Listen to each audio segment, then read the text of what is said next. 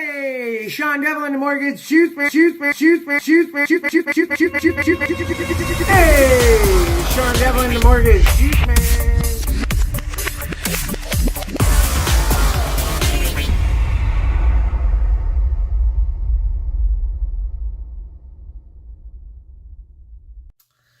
Hey, Sean Devlin, the mortgage juice man, coming at you with two for Tuesday guideline day. I know you guys like the guidelines that I do. Throw out there little tidbits, perhaps help you get some loans done. So, bank statements and large deposits.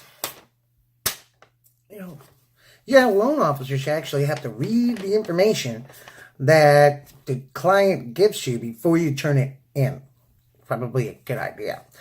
And to know what you're looking for is half the battle.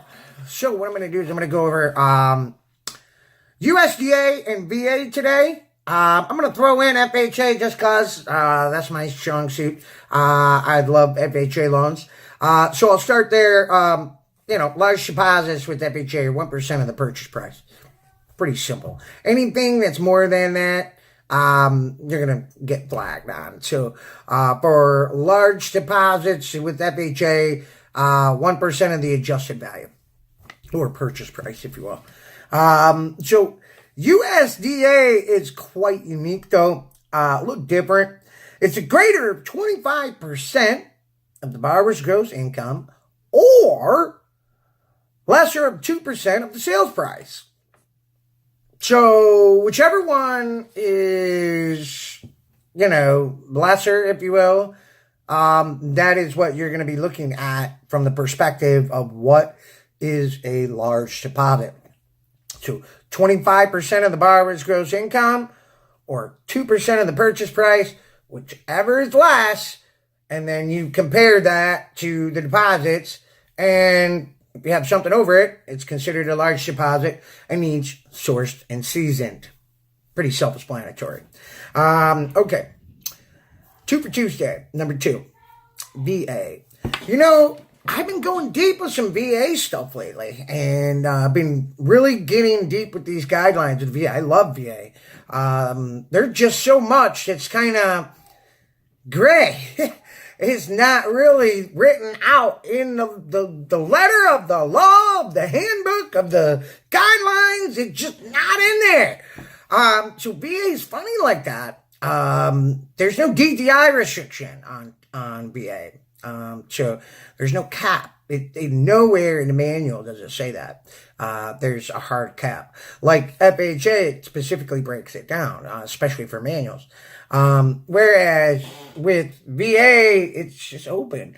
Well, same thing for large deposits. So in doing some research on this, I did find overlays, if you will, at certain places. Could be 5% of the borrower's income, could be 2% of the purchase price. But in reality, there is no large deposit. What the no large deposit definition in the VA guides as I see them. What it actually details is it's up to underwriter discretion. And the underwriters are specifically looking for borrowed funds. That's their job, to make sure that the source and seasoned funds are being brought to the table. So if anything looks a little fishy and off as an additional deposit inside of a bank statement on a VA loan, it's probably underwriter discretion as to whether they're going to pick apart that deposit or not, or allow you to use the fund. Again, if it looks like borrowed funds, you're probably going to have to explain it. Source and seasoned. All right. It's my edition of large deposits. How about that?